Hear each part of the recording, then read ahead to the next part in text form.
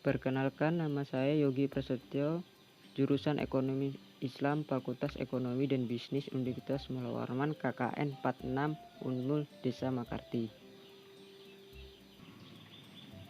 Proker individu saya yaitu pencairan anggaran desa, edukasi tentang pentingnya pertanggungjawaban anggaran desa.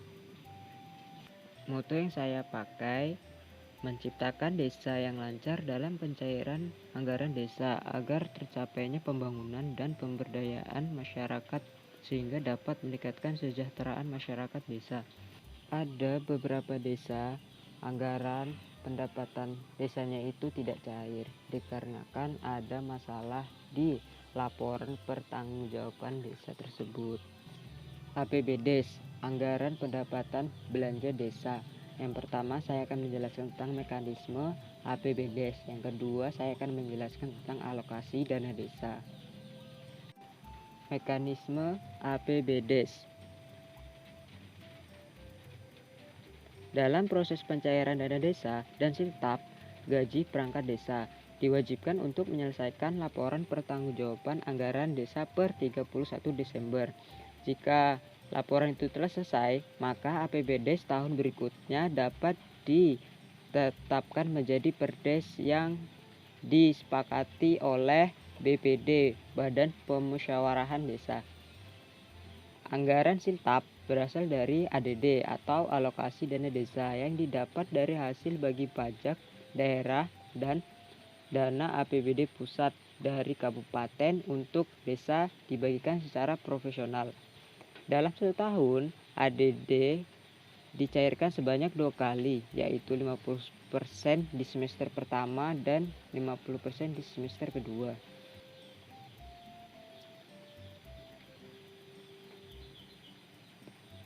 Setelah ADD masuk ke rekening dana desa, maka kepala seksi desa yang melakukan kegiatannya harus mengajukan pendanaannya kepada kepala desa melalui sekretaris desa. Pengajuannya berupa surat permintaan pembayaran atau SPP serta dilengkapi dengan dokumen termasuk RAP, rencana anggaran biaya.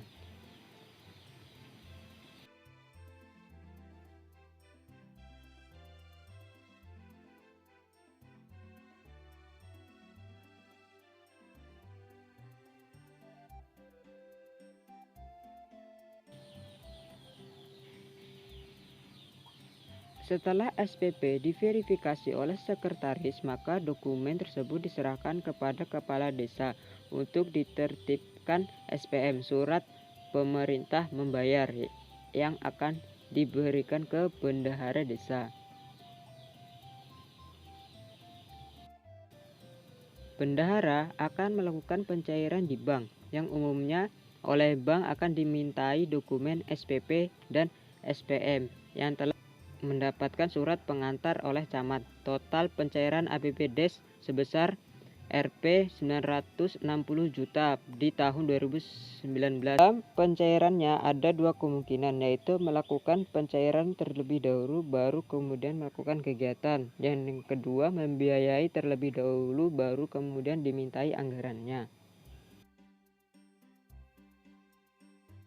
Peraturan perundang-undangan.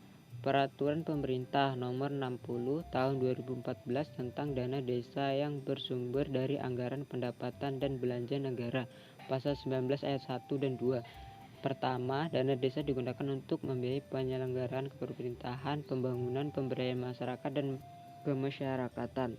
Dana desa sebagaimana dimaksud pada ayat 1 diprioritaskan untuk membiayai pembangunan dan pemberdayaan masyarakat. Peraturan Perundang-undangan Nomor 22 Tahun 2015 tentang perubahan atas Peraturan Pemerintah Nomor 60 Tahun 2014. Menteri Desa, Pembangunan Daerah Tertinggal dan Transmigrasi menetapkan prioritas pembangunan dana sebagaimana dimaksud dalam pasal 19 ayat 2 paling lambat 3 bulan sebelum dimulainya anggaran. Alokasi dana desa. Dana desa Kabupaten Kutai Kartanegara.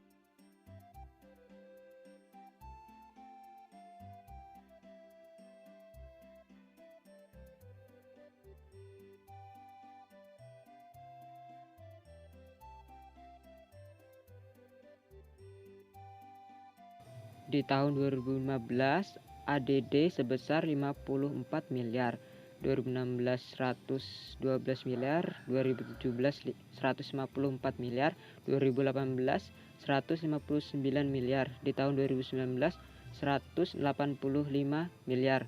Total keseluruhan 864 miliar dari tahun 2015 sampai dengan di tahun 2019.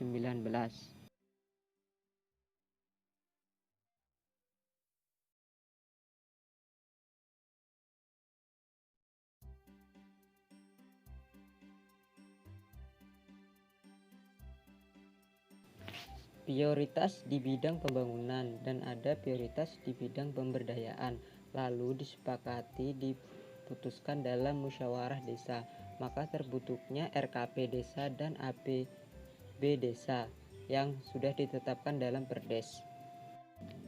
Alokasi dana desa PPKD atau Pelaksana Pengelolaan Keuangan Desa bertujuan untuk meningkatkan kesejahteraan masyarakat, diutamakan untuk membiayai pelaksanaan program kegiatan di bidang pelayanan sosial yang berdampak langsung meningkatkan kualitas hidup masyarakat. Maka saya di sini buat 3.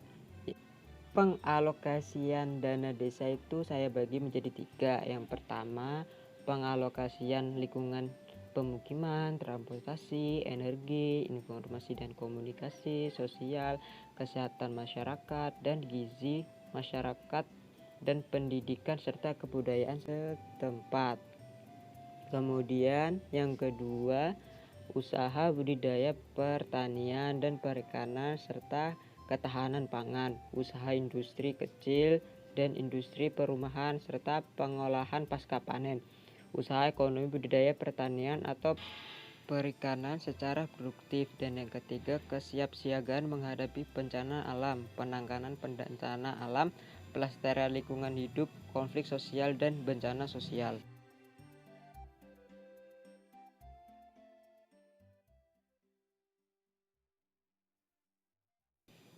PPKD dengan tujuan meningkatkan kesejahteraan masyarakat desa diutamakan untuk membiayai pelaksanaan program bersifat lintas kegiatan, menciptakan lapangan kerja yang berkelanjutan, meningkatkan pendapatan ekonomi bagi keluarga miskin, meningkatkan pendapatan desa.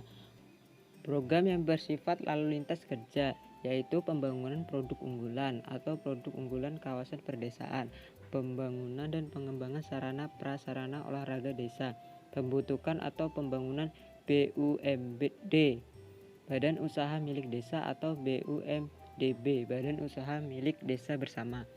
PPKD dengan tujuan menanggulangi kemiskinan, diutamakan untuk membiayai program penanggulangan kemiskinan, melakukan pemuktahiran data kemiskinan, melakukan akselerasi ekonomi keluarga dan padat karya tunai, menyediakan modal usaha dan pelatihan bagi masyarakat desa yang menganggur setelah menganggur dan keluarga miskin. Akselerasi ekonomi keluarga dan padat karya tunai dilakukan dengan sewa kelola, dengan mendayagunakan sumber daya alam, teknologi, tepat guna, inovasi, dan SDM di desa. Pemberdayaan SDM dilakukan dengan cara memanfaatkan dana desa untuk di bidang pembangunan desa, meningkatkan pendapatan masyarakat desa melalui pembayaran secara upah harian atau mingguan, menciptakan lapangan kerja untuk masyarakat desa. Ini slide terakhir.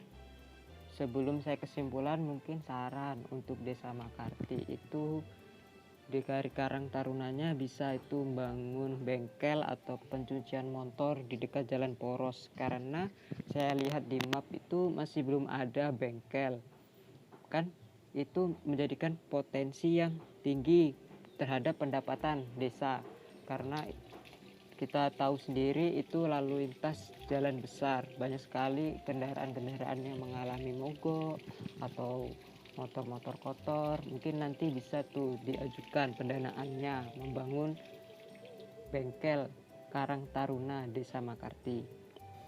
Dan untuk pengalokasian dananya itu saya rasa lebih baik itu dibagi per persen. Misalnya 40% untuk danai kesehatan sekolah yang ada di step pertama tadi yang saya jelaskan, dan yang kedua ada di pemberdayaan usaha dan yang lain-lain di bagian kedua sebesar 40%, dan yang ketiga itu bencana alam, sisanya itu bencana alam. Karena kalau bencana alam itu harus ada yang disimpan gitu. Jadi kalau tiba-tiba ada bencana alam langsung keluarkan dana sekian persen yang dari total keseluruhan tadi. Karena kita tahu bencana alam itu susah diprediksi. Jadi setidaknya desa itu udah menyimpan dana sekian persen yang sudah terkumpul untuk ketika bencana itu datang langsung dikeluarkan dana tersebut. Harapkan sih setiap desa itu punya BUMD, Badan Usaha Milik Desa, entah itu koperasi. Kan banyak tuh masyarakat nanti meminjam uang ke situ dengan akad mudharabah dan musyarakah. Jadi masyarakat itu nggak selalu meminjam uang di bank, bisa saja ke BUMD yang ada di desa. Jadi kesimpulannya, dana desa itu nggak selalu dipakai untuk pembangunan dan langsung diberikan ke masyarakat, tetapi juga bisa untuk membuat lapangan pekerjaan baru untuk masyarakat itu sendiri, dan bisa juga untuk memperkembangkan potensi ekonomi yang ada di desa tersebut. Mungkin sekian dari saya, kurang lebihnya mohon maaf. Terima kasih. Wassalamualaikum warahmatullahi wabarakatuh.